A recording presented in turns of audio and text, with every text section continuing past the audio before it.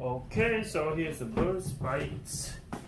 It's really helpful if you into like gardening and then you want to protect your plants. I think this is a must-have because the bird's gonna attack your plant,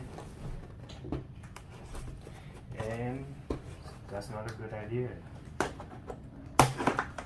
Not to have, okay? This is a must-have.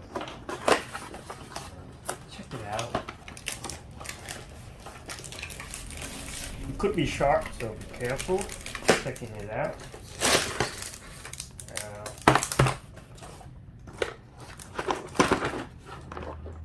Okay, as I say, these are really pointy. You would have to set it up manually,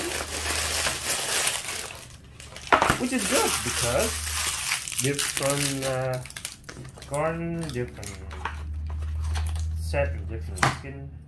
So see this, very pointy. So when they step on it, it just make them feel uncomfortable. Okay, and the setup is pretty easy. All you have to do is just take this out. Okay, and run through them like this, and when it snaps, it just